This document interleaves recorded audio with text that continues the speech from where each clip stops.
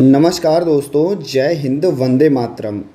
एक बार फिर से आप सभी का बहुत बहुत स्वागत है आपके अपने यूट्यूब चैनल एग्ज़ाम ट्रिकी में। भैया बात करेंगे यहाँ पर education in the emerging Indian society and school administration. सभी सेकेंड ईयर के स्टूडेंट का आपका common paper DED HI, IDT और VI का। तो यहाँ पर हम लोग यूनिट 5 पर चर्चा करेंगे। यूनिट 5 में जो भी आपकी इम्पॉर्टेंट चीज़ें हैं वो यहाँ पर आपको बताई जाएंगी। जो सबसे पहले इम्पॉर्टेंट चीज़ है भैया, वो आपका इम्पॉर्टेंट है स्कूल संगठन। स्कूल संगठन अर्थ और परिभाषा की यहाँ पर हम बात करेंगे। उसका लक्ष्य क्या है, इस पर हम लोग चर्चा करेंगे। तो सबसे पहले हम लोग बात करते हैं विद्यालय संगठन या स्कूल संगठन की। तो कहते हैं भैया स्कूल क्या होगा।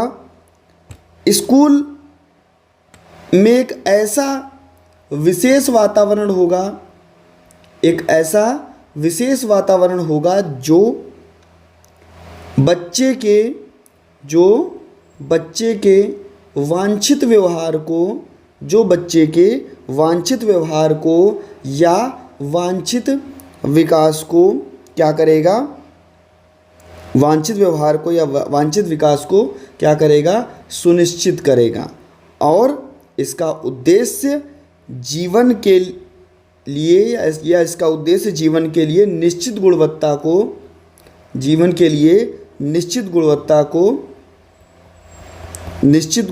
को और इनकी गतिविधियों का विकास करना। तो ये आपका किसका उद्देश्य होगा, स्कूल का। जब हम लोग संगठन की बात करते हैं तो संगठन का अर्थ है अस्तित्व में लाना। संगठन का अर्थ क्या है, अस्तित्व में लाना। हम कह सकते हैं कि संगठन का सीधा अर्थ होता है लोगों के द्वारा जो भी लक्ष्य और उनके उद्देश्य बनाए जा रहे हों, वहाँ पर सामान्य लक्ष्य और उद्देश्यों की प्राप्ति के लिए व्यक्ति एक निश्चित गतिविधि करे, तो वो आपका क्या कहलाता है, संगठन कहलाता है।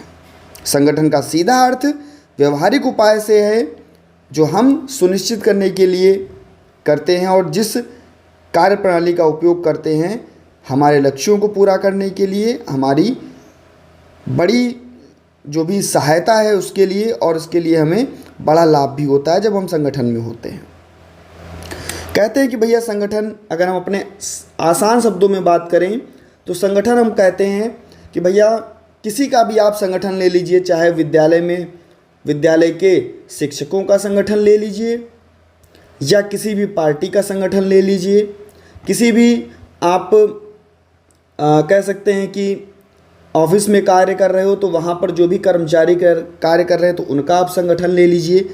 कहने का मतलब ये है कि जो भी लोग एक दूसरे की आवश्यकता, एक दूसरे से उनके गुण और एक लक्ष्य की तरफ या एक लक्ष्य की ओर एक साथ मिलकर के कार्य करते हैं, तो ये कार्य आपका कहलाता है संगठन का।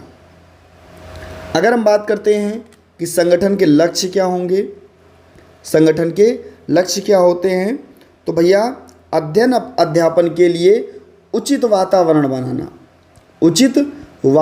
बनाना, ये आपके संगठन का लक्ष्य है, विद्यालय संगठन का लक्ष्य है।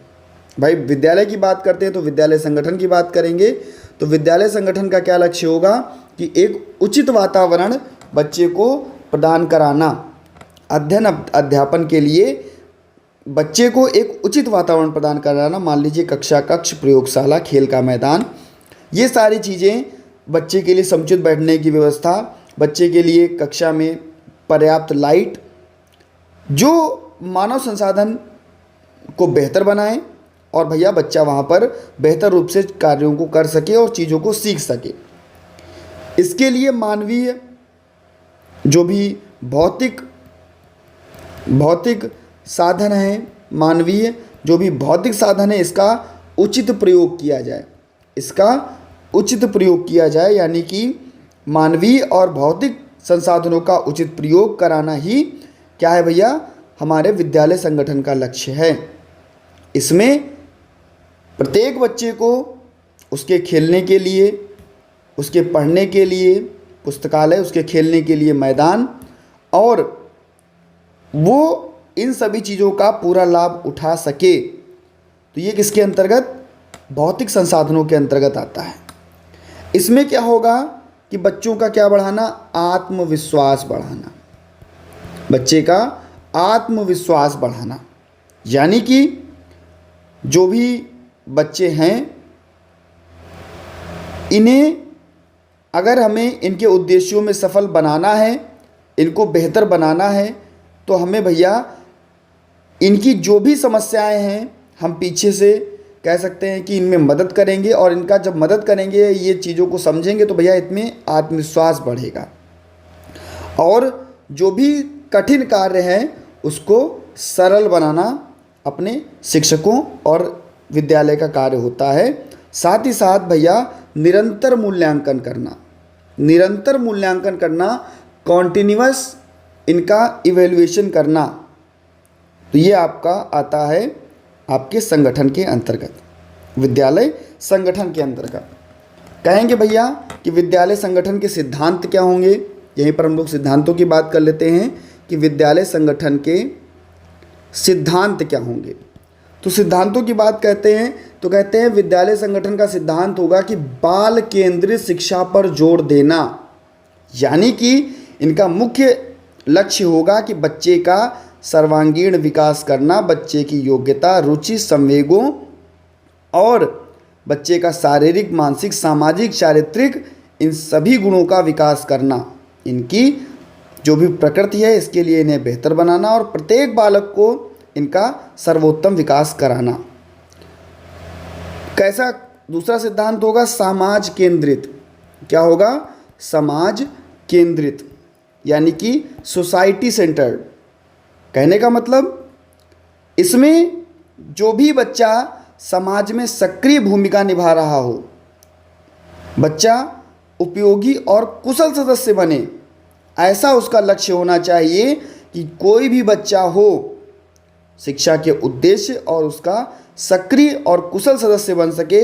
इससे भैया उसके मूल्य, संस्कृति और आकांक्षा और आदर्शों में जो है बेहतर रूप से उसका विकास हो सके। लोकतांत्रिक सिद्धांत, इसमें भैया जो भी विद्यालय है क्रियाकलापों की व्यवस्था करना, बच्चे को अवसर और समानता प्रदान करना, स्वतंत्रता को स्वीकारना, जो भी दूसरे बच्चे हैं उनको स्वतंत्र बनाना और नए नए अवसर प्रदान कराना, ये सभी चीज़ें आपकी विद्यालय संगठन के अंतर्गत आती हैं। हाँ, दूसरी चीज़ ये है भैया टेलीग्राम ग्रुप जिसका नाम है exam tricky for special education, इसको भैया ज़रूर ज्वाइन कर लीजिएगा। कभी कभी क्या होता है कि नोटिफिकेशन आप तक नहीं पहुंच पाती यूट्यूब के द्वारा, तो जो वीडियोस यहां पर आपको अपलोड की जाती हैं उनका लिंक आपको टेलीग्राम ग्रुप में शेयर कर दिया जाता है। तो भैया टेलीग्राम ग्रुप जिसका नाम है exam tricky for special education, 16.4K का परिवार वहां पर आपको मिलेगा, आप इसको ज्वाइन कर सकते हैं। इसके बाद में हम लोग बात करते हैं विशेष स्कूल की, स्पेशल स्कूल की बात करते हैं, और इसके बाद हम लोग बात करेंगे समावेशी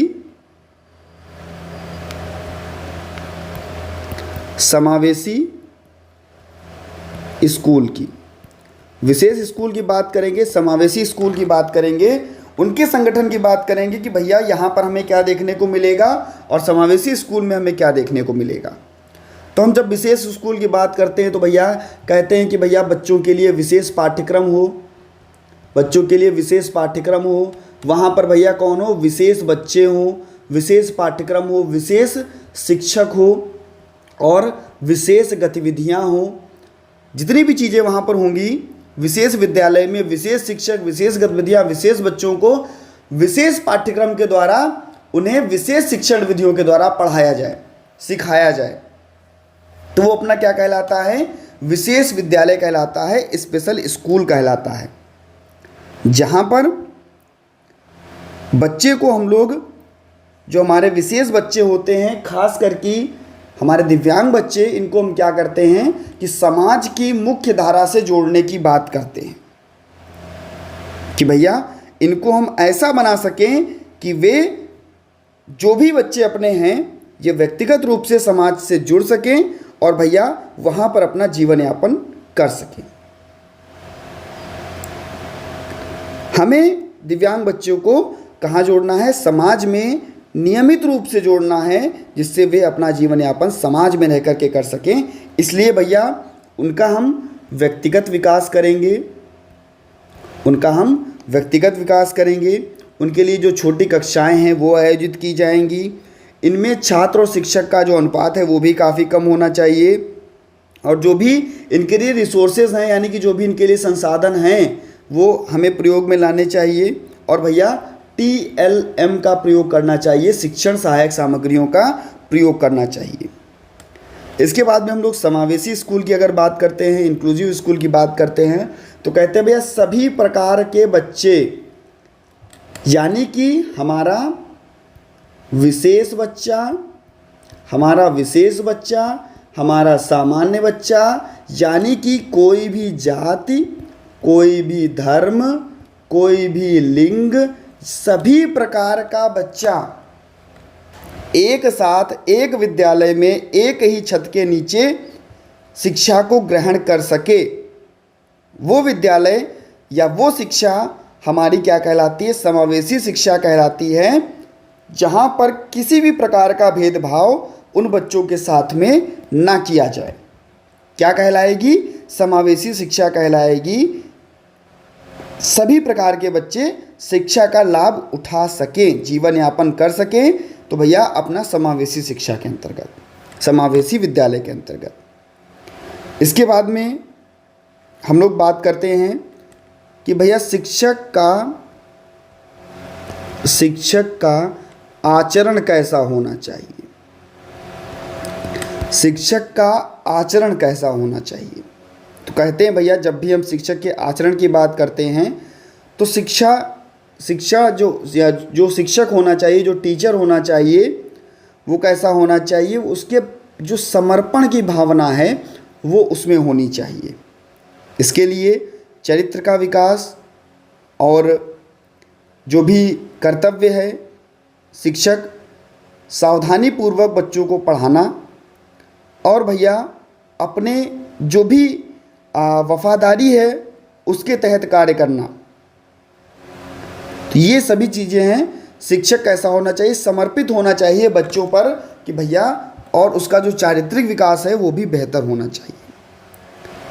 प्रत्येक विद्यालय में प्रधानाध्यापक होता है, और प्रधानाध्यापक का कार्य होता है कि सभी प्रशासनीय कर्मचारियों को देखरेख में लाना, यानी कि उनकी देखरेख करना, उनके लिए नई योजनाएं बनाना, और उन्हें जो भी पाठ्यक्रम है उसको संचालित करने के लिए इसकी जो व्यवस्था करना, छात्रावास की व्यवस्था करना, या हम कह सकते हैं भैया विद्यालय में फर्नीचर की व्यवस्था करना, अध्यापन के लिए नए नए शिक्षकों की व्यवस्था करना, और जो भी बच्चों के लिए टाइम टेबल हो, समय सारणी हो, उसका निर्माण करवाना। प्रत्येक समय, चाहे खेल कूद हो, पुस्तकालय हो, प्रयोगशाला हो, छात्रावास हो, इनमें सब में क्या करना? निरीक्षण करना। और जो भी अन्य कार्य हैं, मान लीजिए विद्यालय में फर्नीचर है या नहीं है, विद्यालय में शिक्षण सहायक सामग्रियां हैं या नहीं हैं, पुस्तक है या नहीं है, भवन, खेल के मैदान, पुस्तकालय, इन सभी चीज़ों का उचित उपयोग और भैया इनका चयन करना, ये किसका कार्य है? अपना विद्यालय में जो भी शिक्षक और प्रधानाचार्य हैं, जो भी प्रशासनिक कार्य के अंतर्गत आते हैं। आप लोग सभी विद्यालय आते थे और आपको पता है कि भैया क्या प्रशासनिक कार्य करवाए जाते थे। इसके बाद में आपकी एक फुल फॉर्म है CCE, यानी कि continuous and comprehensive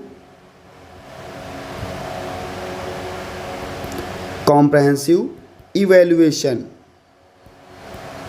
continuous and comprehensive evaluation यानी कि सतत और व्यापक मूल्यांकन। जब हम सतत और व्यापक मूल्यांकन की बात करते हैं तो कहते हैं भैया ऐसा मूल्यांकन जो सतत रूप से चलता रहे, जो लगातार चलता रहे, ऐसा मूल्यांकन जो लगातार चलने वाली प्रक्रिया के रूप में देखा जा रहा हो। जहाँ पर नियमित रूप से पूरे वर्ष में औपचारिक और अनौपचारिक रूप से क्या हो रहा हो, मूल्यांकन हो रहा हो। ये आपका सतत मूल्यांकन के अंतर्गत आता है। व्यापक मूल्यांकन बच्चों के कौशल और उनके गुणों का विकास करना, जिसमें शारीरिक, मानसिक, सामाजिक, नैतिक, इन सभी चीज़ों का विकास करना, जिससे कि भैया जो बच्चे गुणों में धीमे हैं और जो काफ़ी कह सकते हैं कि जिन बच्चों में काफ़ी कम परिवर्तन आ रहा है, या जो बच्चे सृजनशील नहीं हैं, तो भैया सतत एवं व्यापक मूल्यांकन के द्वारा हम बच्चे की क्रिएटिविटी को बढ़ा सकते हैं, बच्चे की व्यक्तिगत और विशेष ज़रूरतों का पता लगा सकते हैं, बच्चे की भैया रुचि को जान सकते हैं, रुचि का पता लगा सकते हैं, और सीखने के लिए बेहतर इनको हम लोग क्या कर सकते हैं, चीज़ें दे सकते हैं। तो ये सारी चीज़ें आपके सतत और व्यापक मूल्यांकन के अंतर्गत आती हैं। अब हम लोग बात कर लेते हैं भैया टाइम टेबल की, यानी कि समय सारणी। जब आप लोग पढ़ते थे, हम लोग जब विद्यालय में पढ़ते थे, तो टाइम टेबल बनाया जाता था, और ऐसा टाइम टेबल, तो हम लोग समय सारणी में यही जानते थे भैया कि जो भी विद्यालय में गतिविधियां कराई जाती थी, मान लीजिए आप विद्यालय में गए, सबसे पहले असेंबली लगी, फिर आपसे क्या हुआ कि प्रेयर हुई, प्रेयर होने के बाद में ये सारी चीज़ें, फिर आप क्लासरूम में गए, क्लासरूम में हो जाने के बाद में आपने पहला सब्जेक्ट क्या पढ़ा, दूसरा सब्जेक्ट क्या पढ़ा, लंच किस समय हुआ, यही सारी चीज़ें जो थी वो प्रबंधित की जाती थी आपके समय सारणी में, टाइम टेबल में। तो इसके अंतर्गत ये देखा जाता था कि भाई कैसा होना चाहिए, तो कहते थे भाई शिक्षक के अनुसार होना चाहिए टाइम टेबल, ये कक्षा के अनुसार बना होना चाहिए कि भाई किन कक्षा में बच्चा किस हिसाब से कार्य कर रहा है, क्या कक्षा है उसका, विषय के अनुसार होना चाहिए। कहते थे भैया जो ऐसे विषय जो थोड़ा बोरिंग होते थे उनको हम सुबह सुबह पढ़ा देते थे, उसके बाद में जब लंच के बाद कुछ बच्चे को हम ऐसी एक्टिविटीज़ करा देते थे, लास्ट में क्या बच्चे को हम लोग आर्ट वगैरह करा देते थे। तो ऐसे सब्जेक्ट होने चाहिए जिससे कि बच्चा क्या करे भैया, उसको बोरिंग ना महसूस हो, उसको वो अच्छे से कार्यों को कर सके। तो ये चीज़ें जो देखने को मिलती थी हमें समय सारणी में देखने को मिलती थी। यहाँ पर क्या था कि बच्चा समय का लाभ उठा पाता था, बच्चा अधिक सृजनशील होता था और बच्चे को अधिक उपयोगिता मिलती थी। और हम कह सकते हैं कि भैया जो भी छात्र होते थे, समय समय पर उनको हम क्या करते थे, इससे संबंधित जो भी चीज़ें थे वो देते रहते थे। यहाँ पर अगर हमें कोई चीज़ देखने को मिलती थी कि भाई ये सब्जेक्ट हमारा सुबह हो रहा है, ये ऐसा नहीं होना चाहिए, तो वहाँ पर हम लोग परिवर्तन भी अपने टाइम टेबल में करवाते थे। क्या कौन करता था? अपना शिक्षक करता था परिवर्तन। तो ये चीज़ें हमें टाइम टेबल में देखने को मिलती थी। इसके बाद में जो आपका इम्पॉर्टेंट है, अगर हम लोग बात करें तो इम्पॉर्टेंट है आपका प्रगति रिपोर्ट।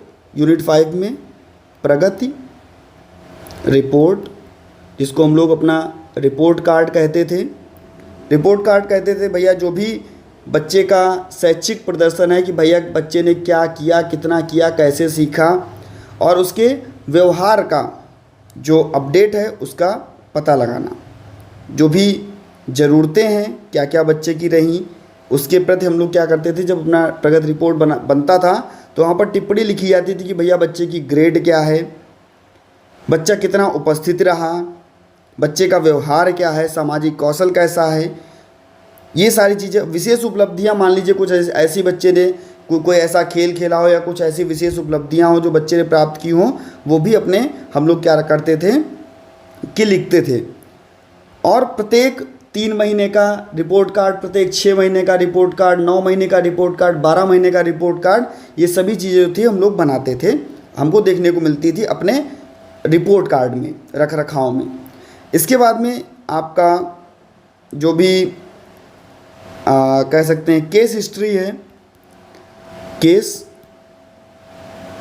हिस्ट्री तो इसके अंतर्गत हम लोग कहते थे भैया केस हिस्ट्री में बच्चे के लिए जो भी छात्र की पृष्ठभूमि होती थी, जो भी हस्तक्षेप होता था, जो भी मनोवैज्ञानिक और परामर्शदाता जो भी इसमें लिखते थे, या हम कह सकते हैं बच्चे का इतिहास, सामाजिक और आर्थिक स्थिति, बच्चे का स्कूली इतिहास, बच्चे के जीवन की घटनाएं और जो भी व्यवहार है बच्चे का, उसमें किस प्रकार से हस्तक्षेप किया जा रहा है, ये सारी चीज़ें हम लोग किसके अंतर्गत लिखते थे, बच्चे की केस हिस्ट्री के अंतर्गत लिखते थे।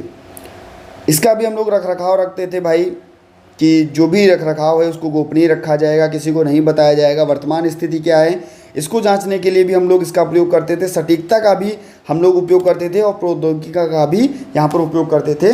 वह डेटाबेस जो था वो बच्चे का हम लोग तैयार करके रखते थे। तो ये 2 टॉपिक यहाँ पर आपके लिए इंपॉर्टेंट थे, वो मैंने आपको बता दिए।